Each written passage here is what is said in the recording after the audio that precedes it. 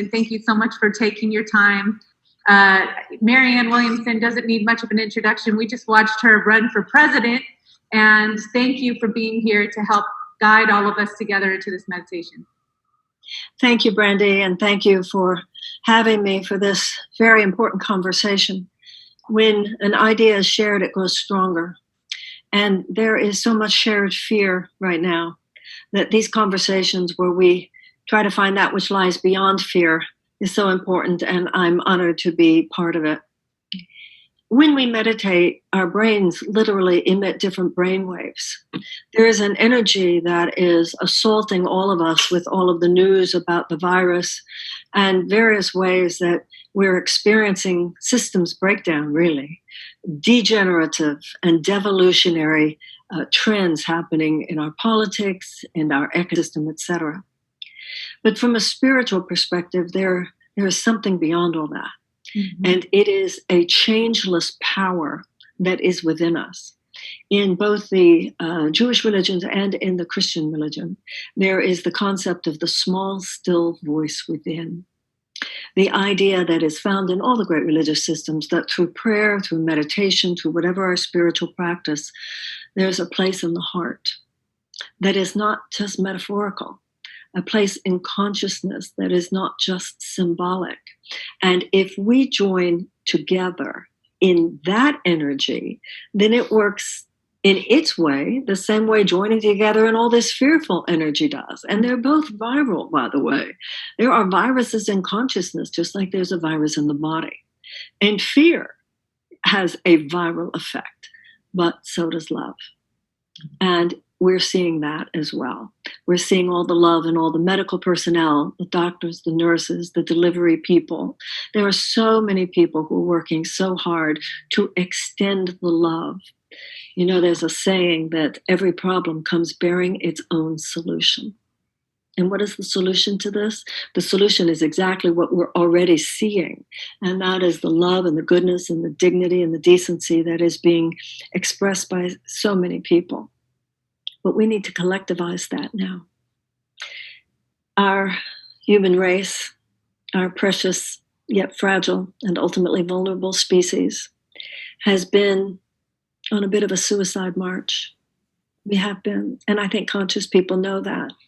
And it's not just around the pandemic. We were skating on very thin ice when it comes to infectious diseases, but we're also skating on very thin ice when it comes to nuclear issues. We're skating on very thin ice when it comes to weather issues, the environment. And I believe there's an awakening going on right now. We've already talked about how there's degeneration and devolution, but there's also regeneration and evolution going on as a mass awakening is also occurring. We are atoning, many of us, in our hearts. We know this. We know that we have set up our economic systems, our political systems, our healthcare systems in a way that does not make the vast universal opportunities of life available to the greatest number of people. And we know that this has ultimately brought us to a place that is dangerous for all of us. So this is a time when we can think about what we want on the other side of this. We all, I think, are waking up to the fact that the world's not going to be the same on the other side. We're not going back to the old normal. There's going to be a new normal. But that doesn't mean things are going to get worse. Whether they're going to be worse or better is entirely up to us. There are some changes we need to make. We need a far more just world. We need to evolve as a species from this focus on me to a focus on we. Mm-hmm. The 21st century, the only survivable, sustainable mindset for the 21st century, is different than the 20th century. Just like the 20th century was different than the 19th century. 20th century was a very mechanistic viewpoint, like the world was just one big machine. And if you wanted to change the world, you just tweak the pieces of the machine. There's an English physicist who said, James Jeans is his name, and he said, it turns out the world is not one big machine. The world is one big thought. In the 21st century, the survivable, sustainable option for the 21st century represents a change in thinking for the human race. It's not the malignant, ultimately malignant thought that it's all about me. It is the thought of healing and restoration and regeneration and reinvention of our civilization, from it's all about me to it's all about all of us together. COVID-19 is not just threatening one country, it's threatening the world. And nuclear, the threat of a nuclear winter is not just threatening one country or one part of the world, it's threatening the human race. And the idea of climate change, environmental catastrophe as a potential does not just threaten one part of the world, it threatens the human race. And we now need to shift our thinking to the point where we not only understand that, but are willing to develop public policies, economic policies, healthcare policies, social policies, environmental policies that do more than just take care of a few or take care of one part of the world. We need to think about the entirety of the human family. We need to develop politics in which there's a foundational principle that we're all one human family. We need an economics that is based on the idea that we're all one human family.